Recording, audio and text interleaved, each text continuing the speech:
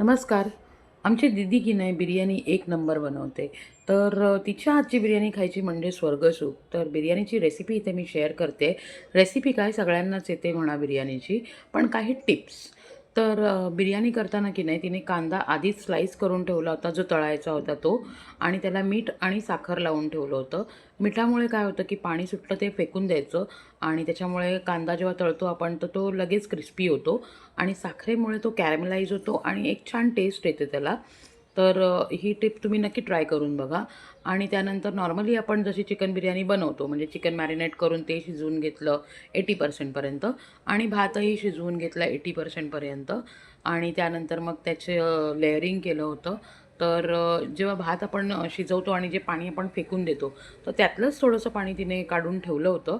आपण जे म्हणजे दूध वापरतो केसर घालून, तर तिने ते काही वापरलं नव्हतं. तिने ते पाणीच काढलं होतं आणि त्याच्यामध्ये तिने थोडासा बिर्याणी इसेन्स टाकला होता आणि मग जेव्हा तिने हे बिर्याणीचं लेअरिंग करून घेतलं, तेव्हा तिने ते पाणी की नाही या भातावरनं असं टाकलं होतं.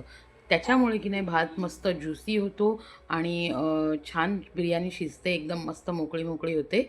तर ही सुद्धा टिप तुम्ही नक्कीच ट्राय करा आणि बघा किती मस्त सुंदर मोकळी-मोकळी बिर्याणी झाली होती. तर या जेवायला. Thank so much.